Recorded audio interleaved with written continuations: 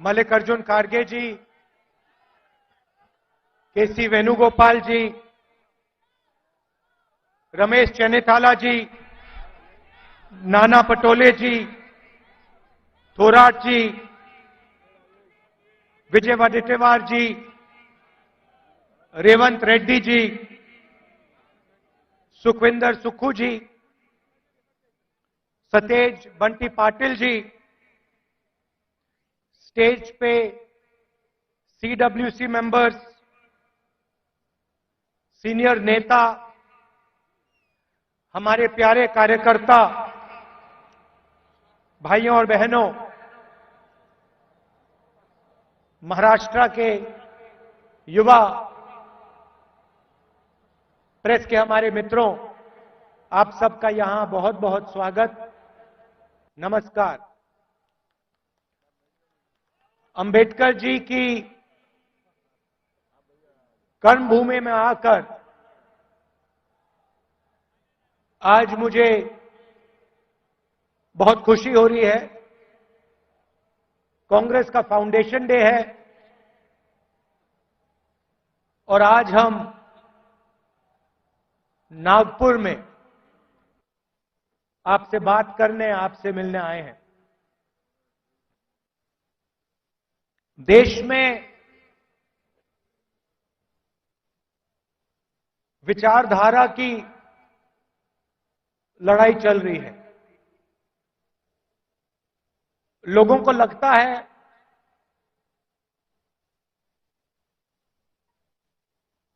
कि राजनीतिक लड़ाई है, सत्ता की लड़ाई है, वो है,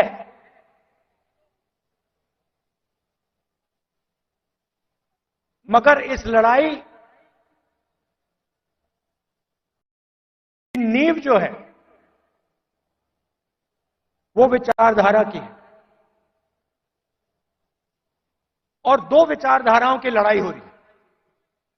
बहुत सारी पार्टियां हैं,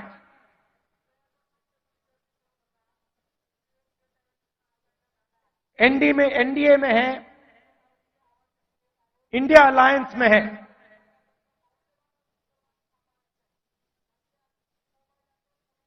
मगर लड़ाई दो विचारधाराओं के बीच में है।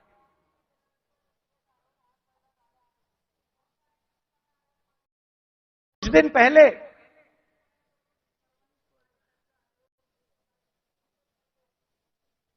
एक बीजेपी का एमपी मुझे लोकसभा में मिला। बहुत सारे बीजेपी के एमपी पहले कांग्रेस पार्टी में हुआ करते थे, ये भी कांग्रेस पार्टी में था।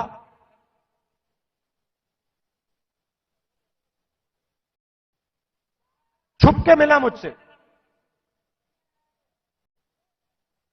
मुझे दूर से देखा, छुप के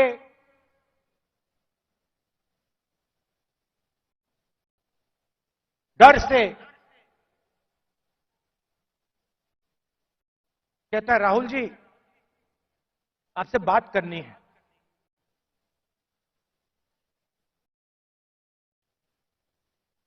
मैंने कहा भाई क्या बात करनी है, तुम तो बीजेपी में हो।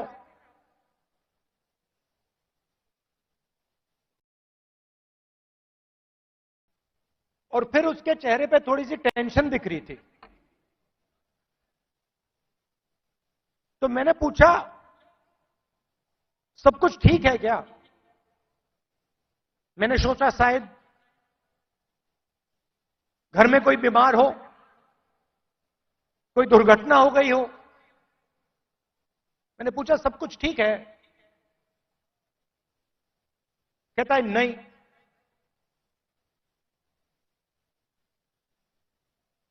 क्या हुआ?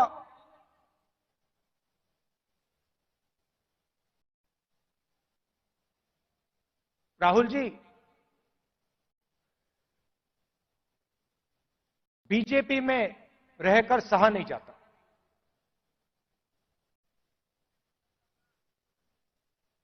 मैं हूं बीजेपी में,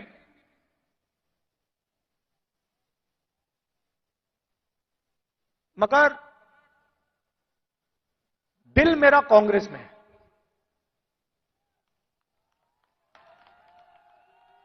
तो मैंने कहा भाई दिल तेरा कांग्रेस में, शरीर आपका बीजेपी में।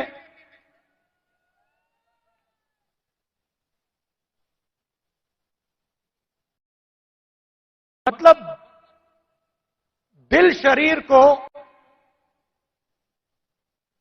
कांग्रेस में लाने से डर रहा है, यही हो सकता है।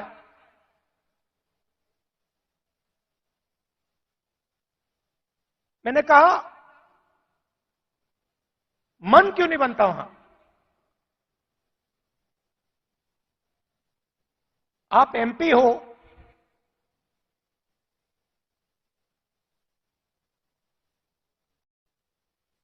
आप मुझे हिंट दे रहे हो, मन क्यों नहीं बनता?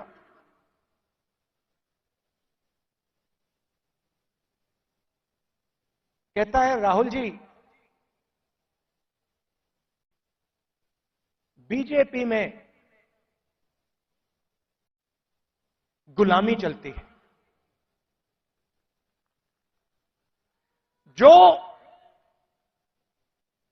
ऊपर कहा जाता है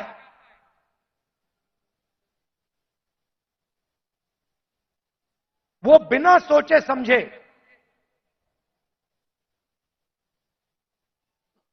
करना पड़ता है। हमारी कोई सुनता नहीं है। ऊपर से ऑर्डर आता है, मतलब जैसे पहले राजा ऑर्डर देते थे,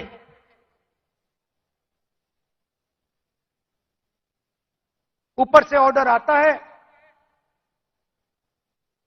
और उसका पालन करना पड़ता है,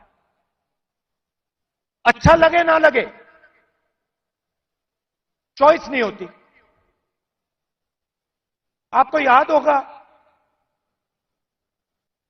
हमारे जो पीसीसी प्रेसिडेंट हैं पटोले जी, ये हैं,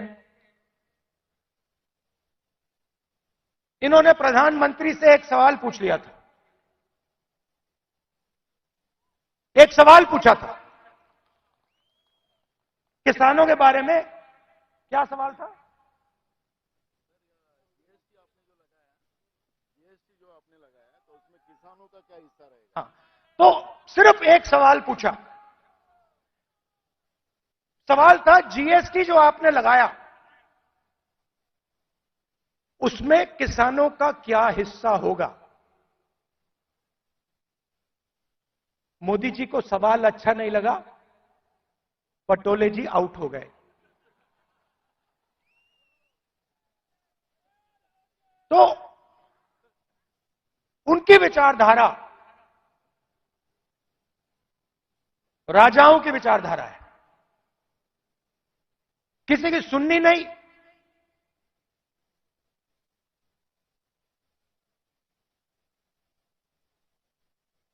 ऑर्डर ऊपर से आएगा,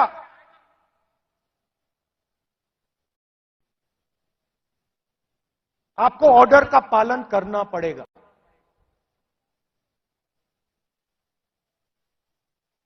कांग्रेस पार्टी में आवाज नीचे से आती है। हमारा छोटा सा छोटा कार्यकर्ता हमारे किसी भी नेता को टोक सकता है। सही है ना? हमारे कार्यकर्ता मेरे सामने आते हैं और मुझे कहते हैं राहुल जी ये जो आपने किया मुझे अच्छा नहीं लगा। और फिर मैं उनको समझाता हूं कि देखिए मैंने ये इस कारण किया, और मैं उनकी सुनता हूं। उनकी जो आवाज है,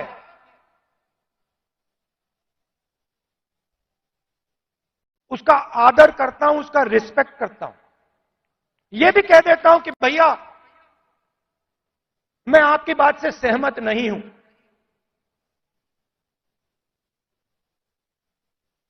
मगर उसकी आवाज सुनता हूं।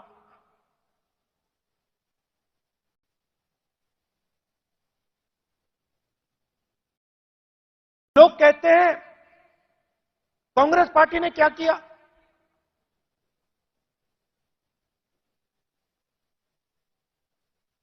आजादी से पहले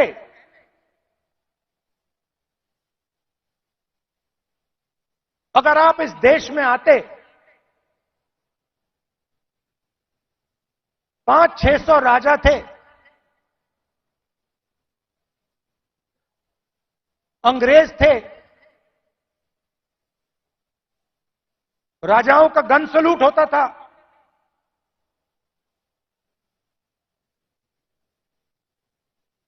किसी को 19 तोपों का सलूट होता था, किसी को 21 तोपों का सलूट होता था।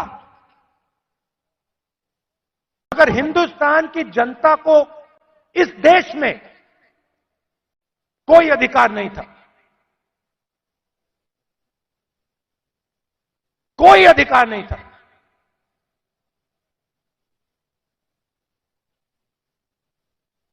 गरीब व्यक्ति की जमीन अगर राजा को अच्छी लगी, 1 सेकंड में उसको ले जा सकता था। ये सारे के सारे अधिकार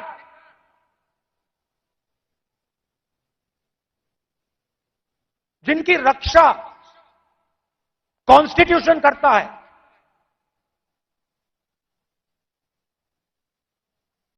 जो अंबेडकर जी ने, गांधी जी ने, नेहरू जी ने खून पसीना देके बनाया, ये कांग्रेस पार्टी ने दिया है। और आरएसएस के लोग, बीजेपी के लोग इसके खिलाफ थे।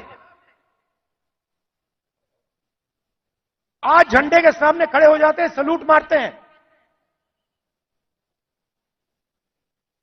सालों के लिए इन्होंने तिरंगे को सलूट नहीं मारा था। तो सारे के सारे अधिकार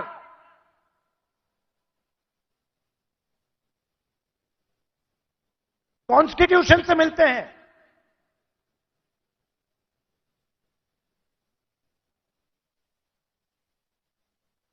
और राजा जो भी करना चाहता था करता था, उसके लिए कोई कानून नहीं थे। यह काम कांग्रेस पार्टी ने किया और यह हिंदुस्तान के इतिहास में, हजारों साल के इतिहास में पहली बार किया गया है। पहली बार एक हिंदुस्तानी को एक वोट दिया गया, चाहे वो दलित हो, आदिवासी हो, महिला हो, जनरल कास्ट का हो, तमिल हो, बंगाली हो, उत्तर प्रदेश का हो। हिंदुस्तान के हर नागरिक को कॉन्स्टिट्यूशन एक वोट देता है।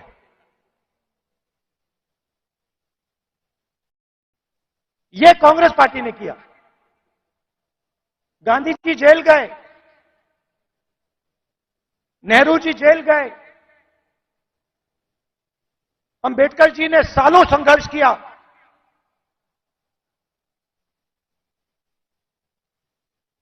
यह कांग्रेस पार्टी ने, अंबेडकर जी ने, सबने मिलकर दिया है। हमारी विचारधारा कहती है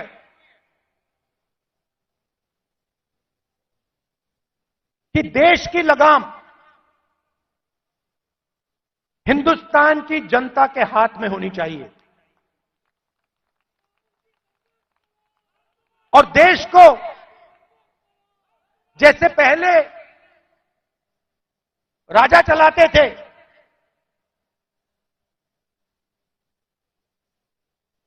वैसे नहीं चलाया जाना चाहिए। हम जनशक्ति की बात करते हैं, लोक शक्ति की बात करते हैं। आप हमारे सारे के सारे कानून देखिए। आजादी की लड़ाई देश की जनता ने लड़ी थी, राजा महाराजाओं ने नहीं लड़ी थी। उनकी पार्टनरशिप थी अंग्रेजों के साथ। लोग भूल जाते हैं। लोग सोचते हैं कि आजादी की लड़ाई सिर्फ अंग्रेजों के खिलाफ थी। नहीं, अंग्रेजों की लड़ाई अंग्रेजों के खिलाफ थी और राजा महाराजाओं के भी खिलाफ थी। यह सच्चाई है।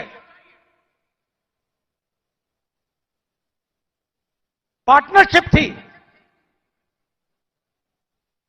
राजाओं महाराजाओं की अंग्रेजों की पार्टनरशिप थी। उसके खिलाफ कांग्रेस पार्टी लड़ी थी। किसके लिए लड़ी थी? गरीब जनता के लिए लड़ी थी। अगर आप यहां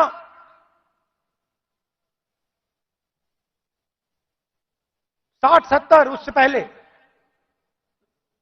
इंडिपेंडेंस से पहले आप यहां आते, हिंदुस्तान की जनता के कोई अधिकार नहीं थे। महिलाओं के कोई अधिकार नहीं थे। दलितों को छुआ नहीं जाता था।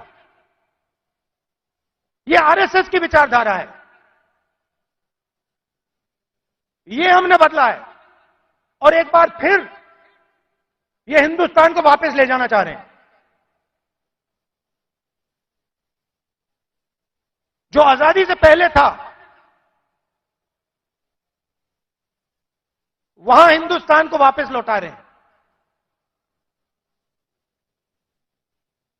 कॉन्स्टिट्यूशन से, आपके वोट से अलग अलग संस्थाएं बनती हैं। ये आपकी संस्थाएं हैं। चाहे सुप्रीम कोर्ट हो, इलेक्शन कमीशन हो,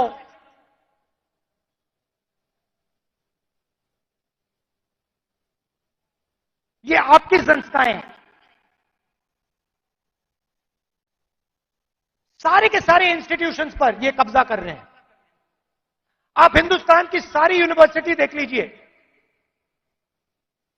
सारे के सारे वाइस चांसलर आज एक संगठन के हैं।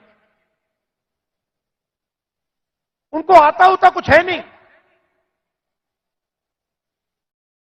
कुछ नहीं आता उनको। हिंदुस्तान के वाइस चांसलर आज मेरिट पे नहीं बनते हैं। हिंदुस्तान के वाइस चांसलर आज अगर एक संगठन में हैं तब बन सकते हैं। तो सारे के सारे जो इंस्टीट्यूशंस हैं जिससे आपकी आवाज की रक्षा होती है,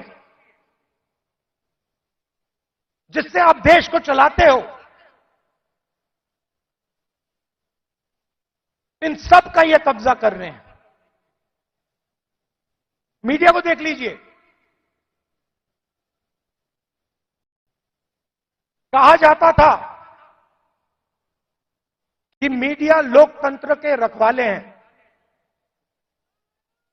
मैं आपसे पूछता हूं, क्या आपको लगता है कि आज हिंदुस्तान का मीडिया लोकतंत्र की रक्षा कर रहा है? सुन लीजिए,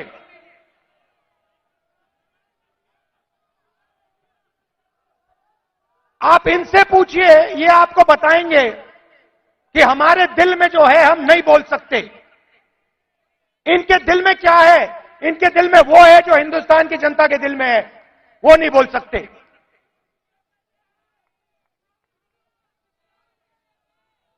तो सारी की सारी संस्थाएं का कब्जा कर दिया मीडिया प्रेशर में। सीबीआई का प्रेशर है, ये देखो ईडी का प्रेशर है।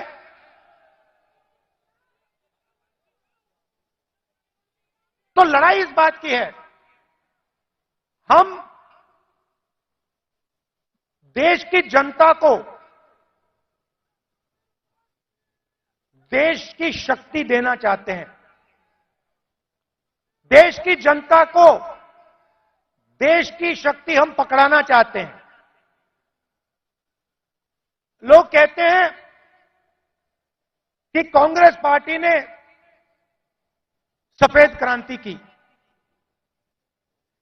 हमने सफेद क्रांति में मदद की, मगर सफेद क्रांति को आनंद के महिलाओं ने शुरू की। सफेद क्रांति हिंदुस्तान की नारी शक्ति ने की। हरी क्रांति देश के किसानों ने की। किसानों की शक्ति ने हरी क्रांति की। आईटी रेवोल्यूशन देश के युवाओं ने किया। कांग्रेस पार्टी ने मदद की, कांग्रेस पार्टी ने विजन दिया, मगर आईटी रेवोल्यूशन हमारे युवाओं ने किया।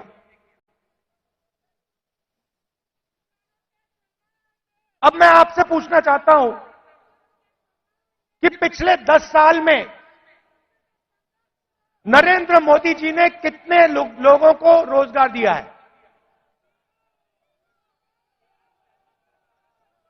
40 साल से सबसे ज्यादा बेरोजगारी आज है। और हिंदुस्तान के युवाओं की जो शक्ति है, करोड़ों युवाओं की जो शक्ति है, वो जाया हो रही है। आजकल हिंदुस्तान का युवा जॉब नहीं करता है। आजकल हिंदुस्तान का युवा 7-8 घंटे मोबाइल फोन पे कभी इंस्टाग्राम देखेगा, कभी फेसबुक देखेगा। ये सच्चाई है हिंदुस्तान की, और उसकी शक्ति जाया हो रही है।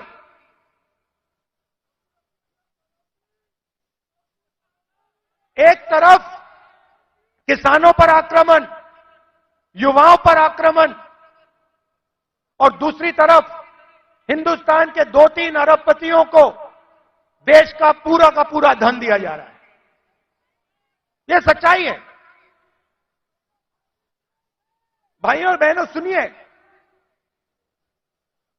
कुछ दिन पहले मेरे पास कुछ युवा आए, मुझे कहते हैं राहुल जी, अग्निवीर योजना से पहले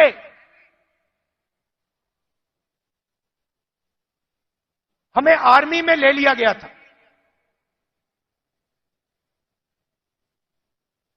एक 1,50,000 युवाओं को हिंदुस्तान की सेना ने और एयरफोर्स ने एक्सेप्ट कर लिया था। उन्होंने फिजिकल टेस्ट पास कर दिया और एक्सेप्टेंस उनको मिल गई। 1,50,000 युवा।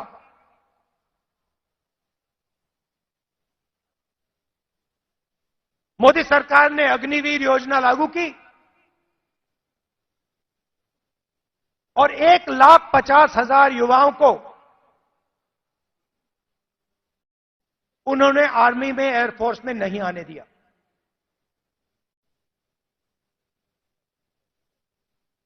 देश प्रेम की भावना थी। रो रहे थे, मेरे सामने रो रहे थे।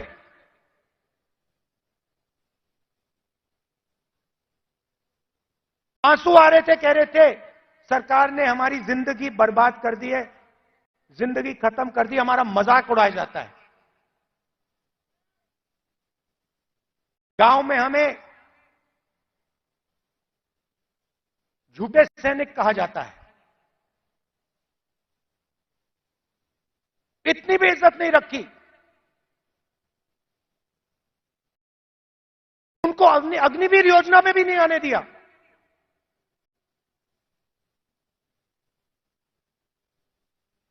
बाहर उठा के फेंक दिया। फिर कहते हैं हम देशभक्त हैं।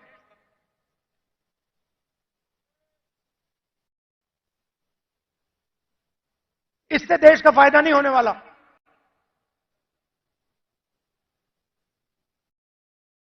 और पूरा का पूरा फायदा, देश का धन चुने हुए लोगों के हाथ में जाता है। मैंने पार्लियामेंट में सवाल पूछा, बीजेपी के लोगों से पूछा, हिंदुस्तान को 90 लोग चलाते हैं, आईएएस के अफसर हैं, पूरे बजट को बांटते हैं। मैंने पार्लियामेंट में पूछा कि इनमें से ओबीसी कितने हैं, दलित कितने हैं, आदिवासी कितने हैं। बीजेपी के लोग चुप हो गए। ओबीसी की कम से कम 50% आबादी है, दलितों की 15% आबादी है, आदिवासियों की तकरीबन 12% आबादी है।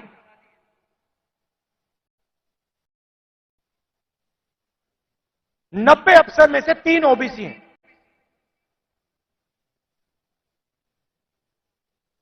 कैसी ओबीसी सरकार चल रही है? उनको कोने में बैठा देते हैं, छोटे छोटे डिपार्टमेंट पकड़ा देते हैं,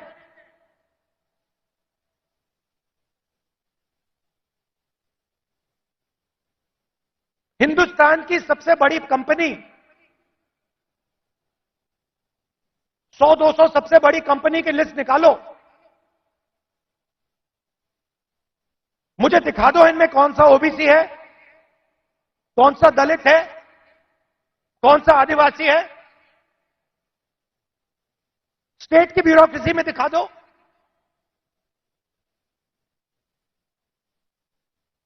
आबादी आपकी 50%, दलितों की 15%, आदिवासियों की 12%।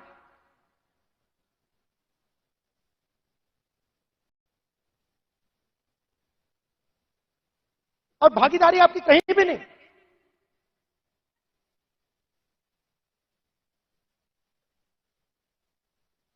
टॉप कंपनीज का नाम निकालो और मुझे दिखा दो इन कंपनियों में ओबीसी कहां बैठा हुआ है, दलित कहां बैठा है, आदिवासी कहां बैठा है।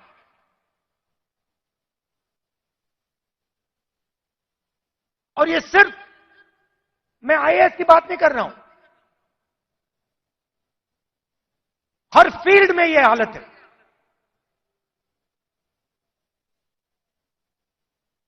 तो मैंने सवाल पूछा, मैंने कहा देखिए जाति जनगणना होनी चाहिए,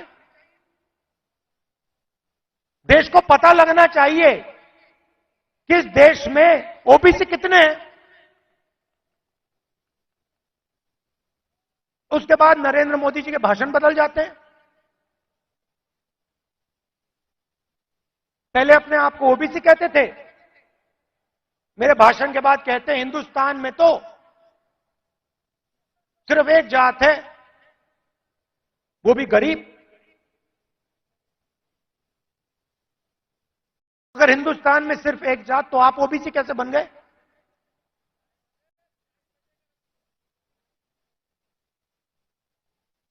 तो हमने निर्णय ले रखा है, जैसे ही हमारी सरकार आएगी, दिल्ली में आएगी, हम जाति जनगणना आपके लिए करके दिखा देंगे।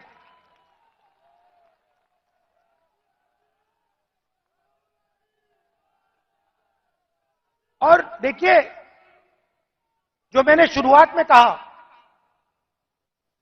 यह विचारधारा की लड़ाई है। करोड़ों लोगों को बीजेपी की सरकार ने गरीबी में फिर से धकेल दिया है। जो काम हमने भोजन के अधिकार से, मनरेगा की मदद से किया, वो सब खत्म कर दिया इन लोगों ने। और हमें दो हिंदुस्तान नहीं चाहिए। एक हिंदुस्तान अरबपतियों का, मीडिया वालों का, सेलफोन वालों का, सपने का, उसमें कोई सच्चाई नहीं है।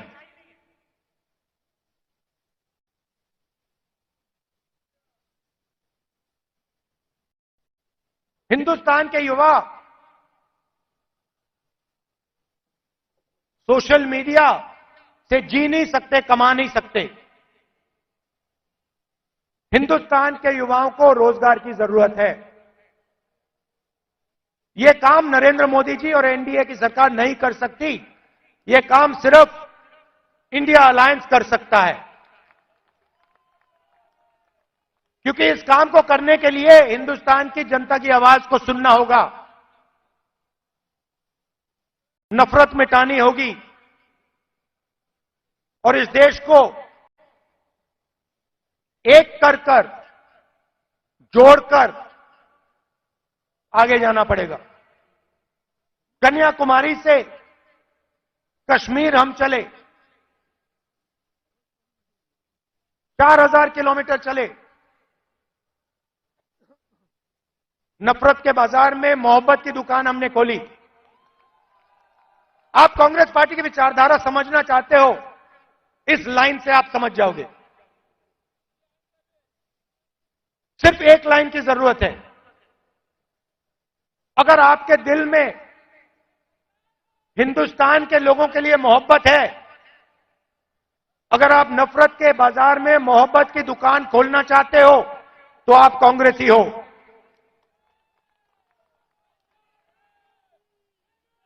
मैं कांग्रेस पार्टी के कार्यकर्ताओं से आखिरी बात बोलना चाहता हूं। देखिए, ये जो पार्टी है, और महाराष्ट्र के कार्यकर्ताओं से खासतौर से बोलना चाहता हूं, क्योंकि आप स्पेशल हो। मैं महाराष्ट्र में चला, मैं जब भारत जोड़ो यात्रा में चल रहा था, जैसे ही मैं महाराष्ट्र के अंदर आया, मैंने सोचा कि देखो, ये कांग्रेस की जमीन है, ये कांग्रेसियों की जमीन है। इस जमीन में लोगों को कांग्रेस की विचारधारा बिना समझाए समझ आ जाती है। और अगर हमारी लड़ाई शुरू हुई तो महाराष्ट्र से हुई थी, इसलिए हम यहां नागपुर में आए हैं आपसे बात करने। तो आप बब्बर शेर हो, आपको किसी से नहीं डरना। आप नहीं डरते हो, आप बब्बर शेर हो, और आपकी विचारधारा की लड़ाई है, आपके दिल की लड़ाई है। और आप और हम मिलकर, आप और हम मिलकर महाराष्ट्र में और पूरे हिंदुस्तान में चुनाव जीतने जा रहे हैं। आप सबका दिल से बहुत बहुत धन्यवाद। नमस्कार, जय हिंद।